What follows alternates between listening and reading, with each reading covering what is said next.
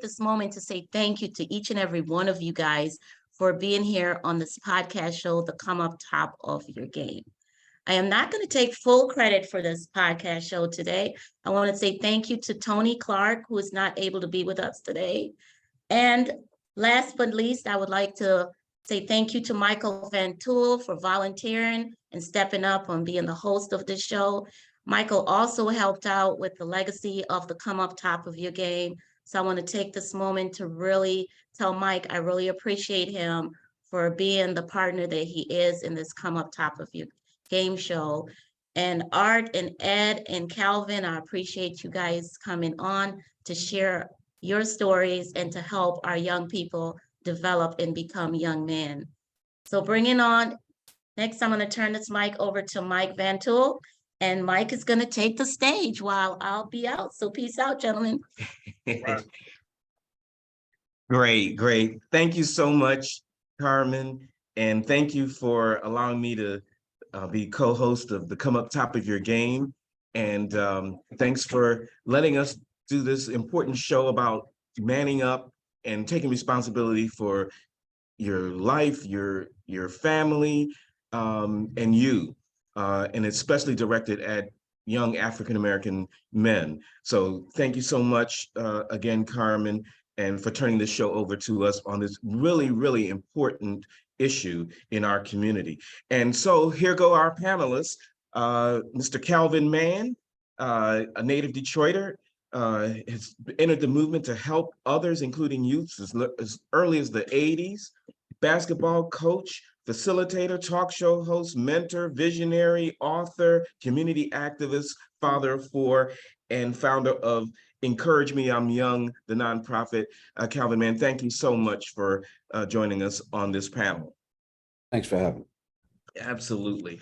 And we're waiting for some of the one of our other panelists to chime in just a minute. Reverend Arthur Washington from Gary, Indiana, father of two, and recently retired from the U.S. Army for 25 years, also a minister with the AME Church, African Methodist Episcopal Church, and member of Phi Beta Sigma fraternity. Thank you so much, Reverend Washington, for joining us on this panel. Glad to be here. And Ed Withers.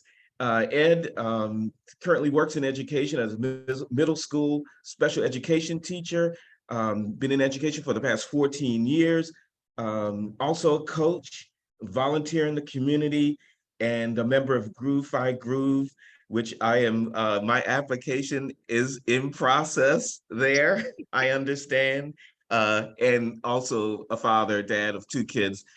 Thank you, Ed, for being part of the panel. Yes, glad to be here. Great. All right. And then myself, let me just give you a little bit of background. I'm a retired banker after 32 years in banking, also a published poet and performance poet, radio talk show host for 25 years, vice president of the nonprofit Franklin Wright Settlements, which helps low and moderate income families in Metro Detroit, and also an ambassador for Leukemia and Lymphoma Society of Michigan. And I have also a son, and Mrs. Van Tool and I and Cameron all graduated from the historic and legendary Cass Tech. I'm sure you all are aware of that place. So we're here because there are some real big issues dragging down our community. And unfortunately, African-American men seem to be at the top of the worst list and the bottom of the best list in many cases. It was heartbreaking when I was doing research for today's program to find out that we are basically, our life expectancy is lower. And this is another one of those statistics that I was talking about just now. We're sicker than most other groups. Our life expectancy is lower. Our education levels are lower, including like 28% of African American men have bachelor's degrees. We are not represented well in executive positions. We are not a major part of the labor force. We are a major part of the criminal justice system, unfortunately. The list could go on. I believe it's time for action, and I know you guys believe that also. I actually believe we really should. It should be like almost like a national emergency, to be honest. Let me just go around and just see how you're feeling about what's going on and these numbers. And there are more. I'll share some with you as we go along. The literacy rate is only 47% in our community. So, our income is depressed, low employment. So we got a lot to talk about. We got a lot to face. Arthur Washington, Reverend Washington, what's your thoughts about this? And then we're going to get into some specifics later about what we're facing in our community, especially with young Black men. Overall, it's depressing. I have a 24-year-old son. And for me, just retiring and you hearing the news, you're in my mind, I'm like, okay, what are some things that we can do? One of the, how can we reach those that may not be reachable?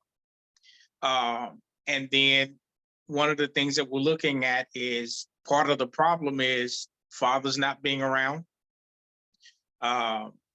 And then fathers not being around, and now it's causing the mothers to have to overwork just to make sure, that son, because I was a product of that. My father wasn't around.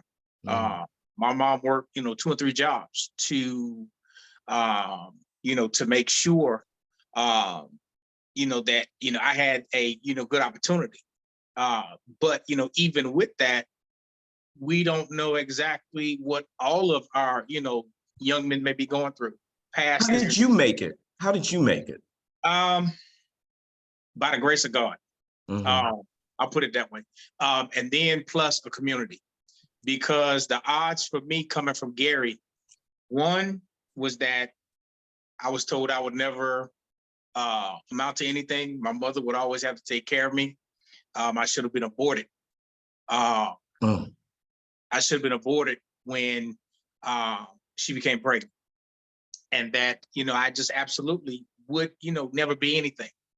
But because of her prayers, my grandmother's prayers, and there were other men who stepped in as a father figure. That's what got me over the hill. And then especially to finally get a bachelor's degree, and then to be able to, be, minister, and then be in the military. All of this I say was, definitely, a grace of God. And so with that, now I'm trying to, encourage my son. Yes. So, it's a lot for us fathers that are still here. There's a lot more for us to do than just walk around. And I think that's why this is a great panel. Let me welcome our newest panelist, Brian Chaney, founder and CEO of Chain Reaction Counseling Services, a native Detroiter. You understand the sensitive needs of mental health services in our community. You are a graduate or a graduate of Eastern Michigan, Bachelor of Social Work degree, Master's in Social Work. Thank you, Brian Chaney, for being on the program. Just unmute so we can welcome you. Thank you for having me. I really appreciate it. Pardon me being a little late. No problem. We are just getting started. So you're right in the conversation now. Ed, you're right in that now. You have been in education for a while. What are we missing, or what's missing now? You're right on the front lines. Well, anytime I run across or I'm dealing with a student that is, you know, a lot of people will look at as unmanageable, low grade, so forth. When I meet the parents and start understanding their home life, it all makes sense. You hear some of the challenges directly. You hear what's going on, and doesn't it prevent them from focusing, the kids from focusing on success and learning, because they are distracted by the problems from home? Yes, I mean, when I'm dealing with the grandmother versus mom or dad, that's usually a red flag. Mm-hmm. You know, right off the bat. If I'm dealing with just mom is working 10, 12 hours a day, trying to, you know, pay the bills, Just feed trying to make a living and right. survive. And that's another thing too. Some of the parents are struggling so much, they don't have time to deal with all those things about growing up and teaching your kids and doing the right thing. Some do, but they got their hands full. They're just trying to survive. They're just trying to make it in life. And then on top of all the things I've just spoken about, we've got social media, we've got the music industry and the movies and all that. They present challenges that we probably don't really think about like that, but the students I deal with, they really buy into that. So Yes. no matter how negative or how wrong it is, this is what is being sensationalized, and this is what they're buying into. Yes. Calvin, man, you and I have talked before at different times about some of these same issues. You are very passionate about what you do to help young people. You actually started a nonprofit, Encourage Me, I'm Young. Why did you start this organization a few years ago? Thank you. For me, it was we wallow in the problems. Mm, We drown ourselves in the conversation of the problem. mm, And so therefore it becomes hard to apply solutions. Even as though we've been educated, you've only been educated into continue or exacerbate the situation, not to solve it. And so for me, it was, how do you solve it? And so for us, it began the family restoration. We start with the boy. We seed in the lives to the boy, to the restoration of family. And so having a 98% parental involvement and making sure that the information is readily available, and then celebrating every little step, we found to have the outcomes that we have today. As you stated, we know the problems. You stated at the beginning, you said it should be a national call. Well, there was, right? We put $12.8 billion in the girls and women's programs, right? And a lot of us sit back and we sit, because when you look at the nonprofits, majority of the nonprofits are ran by women. So therefore, what happens when it came down to the black men and boys bag, they gave that to a woman. It's always been an impressive move. Men have collectively not come together in the way that we needed to come together to shift policy because of fear. Now, you do have the different areas, but our boys are watching us. And so when they don't see us out front, how much respect is it going to have? So you're driving the same narrative repeatedly. And so even as Brother Washington said, television, music, the brother said about music and those things, those are unman governed households. When a father is not present in the household, anything goes. And this country separated you. So poverty uptick because you're in a single household. A two-parent household It's has more. the ability to do more. Yes. We like to defend it because it hires us. The system hires us. The incarceration rate through the roof, but the system hires us there, right? Because this is what, we go in. And so part of the dynamic over these years and in the process is we adopted things like pimping, plan, procrastination, Wow. things that we put and bred into our seed. So the dynamic is being birthed through the process of singleism.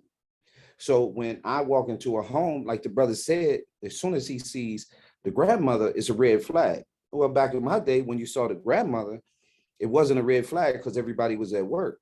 Today, Right. you bought into these narratives, you see the grandmother might be 45. Mm-hmm. Right. Roles have changed. Yeah. Roles have changed, right? Because Yeah. that's the outcome from the system. When you bought into the system, even around breeding, even how, there's been things where we got multiple situations. You have to read these things. So the thing that we decided was, instead of us focusing on all of that, let's just focus right here at an area where we can help, we can maintain the consistency, and we don't have to ask for permission from nobody to do the work. Yes, because you have to start from scratch. You have to start from the beginning. There's so many different issues going on right now that you have to start from the beginning. Somebody said the other day, well, if there are not enough Black men in this, why don't we hire some more? But the problem is there's not. I just read it about the labor force. We're not in the labor force. We don't have a bunch of Black men waiting to take positions like judgeships, pilots. We don't have that. So it's like we got to start from the very beginning and start like you said, Calvin, to start from the beginning and reach and build from the family, build from the young Black kid and build from there up. Here's my take, and you can run with it, right? Here's my point. It's not necessarily that you have to really start there. It's just that those of us that are there has to be put in a position to do more. Mm-hmm. Those that are in position at the next level, education, they have to be put themselves in a position to do more, not by themselves, right? We like to reward the individual, right? Yes. No, over here it's a team, right? And the team consists of both. Kids need both parents. And that has to become our conversation. A lot of times we just want, we accomplish something, we be something, and now it's about me and I show up. No, it's a we thing. And it's a cultural thing. And you don't have to be apologetic for being a cultural leader. What you have to do, in my estimation, is you're going to step on toes simply because you're a man.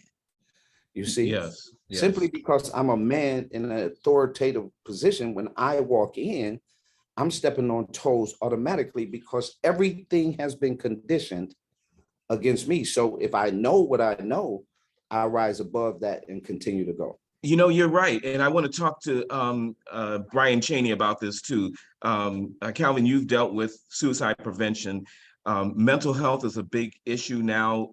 It was before COVID. COVID just blew it up even bigger. Brian, how important is this mental health situation with our community now, with young Black men? Well, thank you for even having this platform. And Mhm. mental health, as we know, is like at the forefront of everybody's attention right now. And it's been there for a long time. We deal with anxiety and depression every day, but we really don't know how to identify it. We're told to go ahead, man up, or just move forward. And a lot of times you see those emotions spill over in different ways. The acts of violence, so on and so forth, the risky behaviors that you see presented on the news every day. So I'm gonna tell you this, as a Black man, as a Black therapist, one of the best moves I've ever made was I went and got myself a therapist. Okay. So we have to decrease that stigma that having someone to talk to, or just having that outlet, or if you're anxious about something. If we've all been on the first date before, right? Everybody, or do you got any athletes? If you had a first game, you get butterflies. That's nothing but anxiety. However, when anxiety starts to disturb your daily routines, your daily activities, and it stops you from being productive, then that's when it becomes a problem. But some anxiety is good for us. But we have to be able to identify it so we can do something about it. Yes, and this mental health issue is bigger and bigger because it also makes our young men make bad decisions. And it includes things like rush to judgments, anger, and right now, any type of an argument goes straight towards a gun to shoot. And that a lot of people believe that that is the way you solve a problem. And isn't that a mental health issue right there? Because you're not learning how to handle rejection, failure, No doubt. disagreements, conflicts, and you go straight to picking up a gun. It's so many angles I can take on Yes, that. and it's The like, first okay, thing where can we, but as we're talking now, I would like this to go to young Black men, this podcast. I want them to hear it. I think that's one of our missing links. What do you think? Somebody chime in on that. How I do we think reach that them? we have to start teaching our children the process. And that's the one thing that we're not teaching. Everybody wants the end goal, but nobody wants to grind. Yeah. And every day, like I say, success and failure is not one big production. Every day you're aligning your steps. Every day. So we need to start teaching our children processes. Give you a quick example. If you take someone who's never played basketball before and you put them in front of a rim, they might not be able to make a layup. But if I keep them there for 30 minutes for 5 days a week, I guarantee you in 5 days, I could probably have them hit 10 straight. You have to teach that process and let them see when you put in the work, you will grow. And a lot of our young people, they just don't have those examples. So teach them the process. Don't tell them to get the job done and not because they don't have the examples. We are the Right. examples. Somewhere the families over the last few decades, I believe those lessons of life are not being shared. Here's Ed? Yeah, go ahead, Ed. to piggyback on that, what I've also noticed about mental health, like what happened with the 2-year-old girl, which was a tragedy, that individual that committed that crime is definitely at the very minimum emotionally impaired. And this ain't the first act of violence and stuff like that. And a lot of times, oh, they just crazy, or we dismiss it. And here's another thing that I've noticed: people that have accomplished things like degrees, or they're part of this organization, they drive this, they live here. We look at those things as replacements for who they are as a person. So a lot of times, if they're having internal issues or struggles, that gets overlooked because of their stuff. And I've noticed that a lot in my own family. There's individuals I know are struggling with something, emotional impairment or something, but it's being overlooked because of their accomplishments with their stuff. Yes, Yeah. you're right, Ed. And you're talking about the case here that has gripped Detroit over the last 48 hours, where a young man tried to stab his girlfriend to death. She survived, but then he took the daughter. He took her daughter, and they are investigating it right now, but they believe that he was the one who killed the daughter and left the body on the Detroit's east side. But look how he handled those differences in his relationship. Look how he handled, and that's exactly what we're talking about. In this case, Mar. Yes, Calvin. In his case, we're again, this is how we make males disappear, right? This is us. We're having this conversation about this man, right? We negate the fact that he left his son alive. We didn't talk about that. Wow. We're focused on the girl. Yeah. Everybody knows the girl name. You remember the case where the boy, and we all see this. This is where we make males absent. This is where you have a major conditioning issue. Little girl gets shot on the couch, first 48. What's her name? You remember the cop came in, They was busting in the house, first 48, the little girl, the gun went off, the grandmother attacked the cop, the gun went off and killed the girl on the couch. Yes, and I remember they settled out of court. They were filming it for a show They were at the filming it time. for sure, right? Yes, I don't remember the name, but I remember that Well, whole. she has a mural, right? Mhm, So the girl who's got killed, she has a mural. mhm. The boy that was killed, the reason why they was coming through the house, nobody said his name. Mm. His name was not even mentioned. A 16-year-old boy gets killed on the gun in the car, gets shot and killed in a van. The girl, they bust into the house where the boy was staying. They sit in front of the people, the father and everybody else is sitting in front of the people, right? Mhm. And when they sit in front of the people, they go, Jeffrey Feiger comes in, we're going to sue the police, this, that, they do the whole nine. Then the real information come out. The father is the one that gave the boy the gun, drove the van that shot and killed the 16-year-old. So retribution Yes. happened to his daughter Yes. immediately. But what we forget, we put the Yes. mural up of the girl, Yeah. and we don't even recognize the male. We're so used to throwing away our boys, and this impacts them. Black men say all the time, man, they don't care. No, we all black, we right here. We didn't tell you. You said it, man. This society don't care about us. You see what I'm saying? So imagine what Yeah. the boy is dealing with when we have a suicide rate of boys 5 to 11, number one, Mhm. right? This is on us. I'm not with the whole, I'm with the let's get to work. This is on Yes. us. And Yeah. I'm not asking, don't get me wrong, going into these areas and doing this work or whatever, how many parents we can pull, how many relationships we can build. This is our job.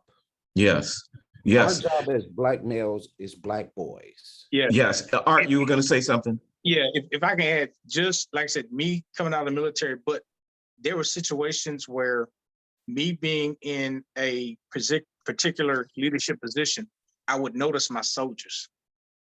And one of the things I try to do is get to know the soldiers. And knowing the soldiers, I'm trying to figure out, is there a pattern? And this was like my in my last duty station, being able to look and see, you know, where did the soldiers come from? Because I think I had 3 males and 3 females. With the males, particularly, I had a couple of them that were black male soldiers, but I took a varied interest to make sure that I knew them, to see what was going on. I was the face that they saw when they first came in, transferring in. So that way to get to know them, know a little bit about the background, meeting their families, being able to sit down and, having that talk, so that way we could have that talk, and there was one, there was a whole lot of stuff, but bottom line, being able to, encourage, being able to help, being able to sit, be able to have somebody else that they can talk to, because again, like he said, boys are our main focus. Yes. And so each of us, we've got to do something, but what do we have? What opportunity do we have? And whatever opportunity it is, we need to take full advantage of it. Yes. And let's get specific here, because here's some things that I jotted down that need to be done. And I know, Calvin, you already started on a lot of these things, but we've got to start with, how do our young men know how to treat themselves, first of all, to treat themselves better, to have a better self-esteem, but also how to treat women, and not to think of them as objects or objects of conquest. We have to teach them how to treat women, how to speak to them, relationships, how to be in a relationship. We need to teach financial responsibility to our young men. We need to teach them about working and getting a job, because that's how you can provide for yourself. That's how you can get things. That's how you can start a family. That's how you can find a place to stay. You see, it's about that part I said about you, how to treat you. What do you believe in? Do you have faith? Do you believe in a higher being? You see, Calvin, what are some of the things that you do specifically with your organization? Because that's where we're at right now. We covered what the problem is. We covered what resources and knowledge we have. Now, let's say what needs to be done and how do we do it and how do we reach them? So our formula is fatherhood. It takes 12 mentors to equal one father. Bringing more fathers together to put fathers in front of boys is ultimately important. In our mentoring program, we recruit fathers. We specifically recruit fathers through our Good Fathers Only organization in order for both to get the benefit. A lot of people like to cite the Frederick Douglass quote, "It's better to raise children than it is to repair broken men." We found a formula that works where we're doing both. We're building children and repairing men. We know if we take a father that doesn't see his kids or haven't had access, bring him in training and turn him into a mentor, we know that that raises his fatherhood, and his fathering is out and is on the young man. He begins to fight for his family. We also recognize that with us having parental involvement, we bring the mother in and we take some strategic steps with making sure, it's called BOSS, building our sons. We take strategic steps. And Carmen will tell you, because she's been to a bunch of them, right? We take strategic steps on self-care for mothers. Mothers understanding how the house has got to be when the boy comes back in. We take those strategic steps. We bring the whole family together, right? We have a trip at the end of the year that everyone is involved in. There is a buy-in, even in an impoverished situation. We require the parent to buy in. Why? Because if you spend some money, it becomes a little more important to you. How do you get those young Black men in front of you, Calvin? We go get them, and the parents you go get them. Okay. Yeah, and the parents know I'm out here. We out here doing this work. Like there are only so many. We pull from 5 counties. We got a 10-city plan. Gary, Indiana is one of those cities, right? So we got a 10-city plan. We understand what society call marginalization. We understand that, right? But we don't use those terms. We look at those cities as promise, because when you correct the steps in the order of a young man, you get a warrior, you get a father, you get a husband when you correct those steps. We are not doing a good enough job to correct the steps. Everyone is suddenly, like the brother said, everyone's talking mental health. But how effective is the dad? The biological father is still the most important element in the family, right? And so with that being said, what is his value? So you could put these kids in prison. We decided that this structure that we created in 14 weeks would produce the outcomes, and it has produced 98% parental involvement. My boys are leaders. They're at universities. They're everywhere. The community service is part of what we teach them. They have to go out and do it in the community. We changed the wiring, because one thing that has happened that we're ignoring, and I asked this in research, right? Something is happening to the male in the womb. And I believe it's because we buy into the system of how the child is being born. So if the child is born on the system, she has to begin to push you away. When a child is born in a marital situation, her fear is at stake. Men, fathers, we all impact infant mortality. So when a father is present at the time of the birth, cognitively of the boy, see, the girl has her in-house role model. The boy cognitively is better when he falls out of womb and he sees something that looks like him, or he hears that. We take that away. So the damage is happening at the womb. Now, as we do this work, we have programs for 3 to 7 for the literacy, and the 14 to 24s, training and everything. But who's going to fund that, right? So because they're not going to fund what they already see that they're eating off of. See, we're eating off of the broken home. We're eating off the separation, the juvenile system. We're eating off that. The foster care, they're eating off that, right? All of these areas, but who's the majority in all those areas? our children. Yes, So it yes, has to be something that we understand as men and as fathers. I like the father because the father is the coldest to me, right? yes. And Calvin, you know, there are so many things that are pulling our young men away, whether it's music, videos, video games, cars. You know, I found out that that is the introduction point for a lot of young Black men to the judicial system. It's a car. They'll get tickets and they can't pay them. They'll get suspended driver's license will be taken. And then all of a sudden it becomes a criminal situation that they're in because they keep driving, they keep speeding and things like that. Another trigger point is women. How can we get our young Black men to realize that we have to treat women better and have better relationships, and that it's not a predatory? I can tell you this, as I think all of us as we grew up, you know, whenever a group of us got together, and it still happens to this day, a lot of the conversation is, man, who you talking to her? Yeah, I hit that last week. You know, I'm finished with her. You know, and it's just this cycle, and where our women are not being respected and treated properly. It's where do we get that lesson in?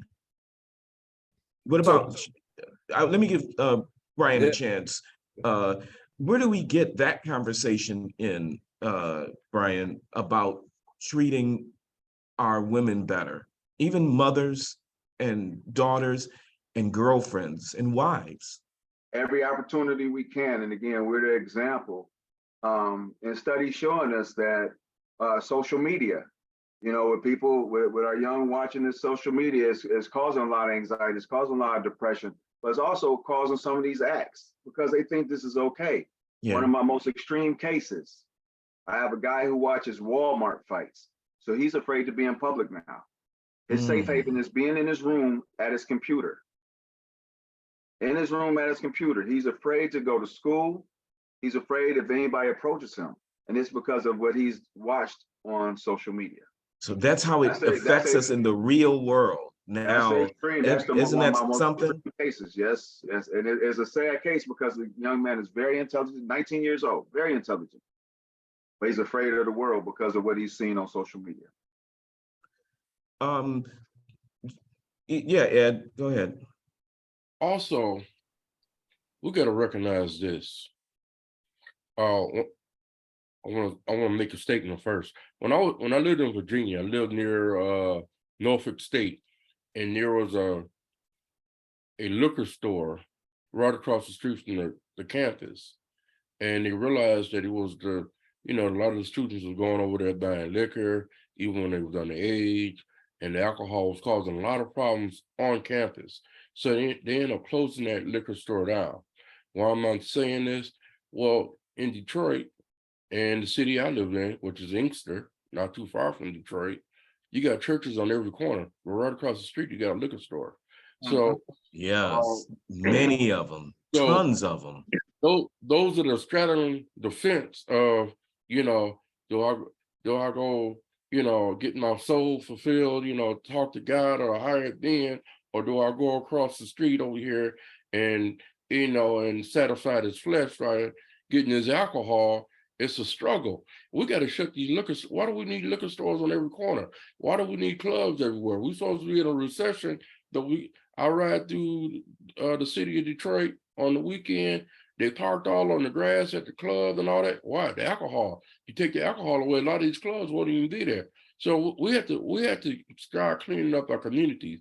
Cleaning up our communities is not just picking up the trash and getting rid of the abandoned places, but also you don't go in any other community around here and see it like Detroit or Inkster, where there's a liquor store in every corner. That's ridiculous. Well, I talked to a salesman in Virginia one time, and he was like, "Where you from?" And I say Detroit because nobody knows Inkster. And Right. he said, Detroit. He's like, I'm a liquor salesman. He said they sell more. This area sells more cognac than any other place in the world. I believe it. I believe it. You know, do you know that there are some suburban communities that do not sell 40 ounce because they don't want to encourage that much alcohol consumed by an individual, by their teens that Why do you need come into that? the store. Why do you need 40 ounces of it? Every now Right. and then I will have it there. I don't need 40 ounces. Yes, yes, you're right. Look, let me start to wrap things up a little bit. And I'm gonna start with Arthur Washington. Art, what, as a result of what the things that we discussed, what has been reinforced for you, or what is at the top of your mind now as we wrap up after this conversation? Is there something that you're going to do more? Are you going to start to do something? Because I'm going to tell you what I'm going to do, but I just want to hear what you guys have to say, Arthur. I'm no longer living in Gary. I've been in Gary a long time, but that's where I'm originally from. But I'm currently in Huntsville, Alabama. And so coming out of the military, one of my big things, and then just listening to what the other brothers were saying, my wife is a mental health counselor here in Huntsville. Oh, okay. Okay. So I know. And then being able to have some family members that dealt with mental illness. One of the things that I want to be able to do is get into an organization where to help, with, mental illness, but not only that, but reaching out to some of our young men here. Yeah. Like I said, I'm just getting here, getting connected. And that's one of the goals. I've seen outreach. I've been part of outreach, but I want to be able to reach out to young men because that's some things that I did on my own, in the military. And so I want to be able to connect with, some brothers. I would love to, continue to, connect with Calvin and Brian and the other brother, Ed, just to get some ideas. Because regardless if it's Detroit, regardless if it's from Gary, where I'm originally from, or here in Huntsville, the story is still the same. We got to save our boys. And so the bottom line is being able to connect with some folks so that way we can reach out and grab, our boys, so that way we can teach them how to be a man, how to talk to a woman, be careful with, social media, because these are all of these, because right now our kids are in survival mode. They're tired and they're angry, and we've got to figure out some way to try to help. That's true. And one of the things that I'm going to do more is whenever I am in front of people, and I'm going to pinpoint my message now to young African-American boys and men that are in my audience. I spoke in general, but as of today, I'm going to pinpoint and be more specific and talk directly to them going forward. Like I said, this is it's a national emergency. Calvin, what is going to be reinforced or different in your mind? For us, is to continue raising the bar. Yeah. Recruiting fathers like Arthur and these two brothers to become members of Good Fathers Only and begin to network where they are with other fathers, so we can do some more mentoring. For us, is encourage me, I'm young, to continue to spread the message that boys 5 to 11 are number one in suicide, right? And all the things that we're talking about are symptoms from absent fathers. So 95% of the problems you see today is connected to the absent of dad. The system knew that.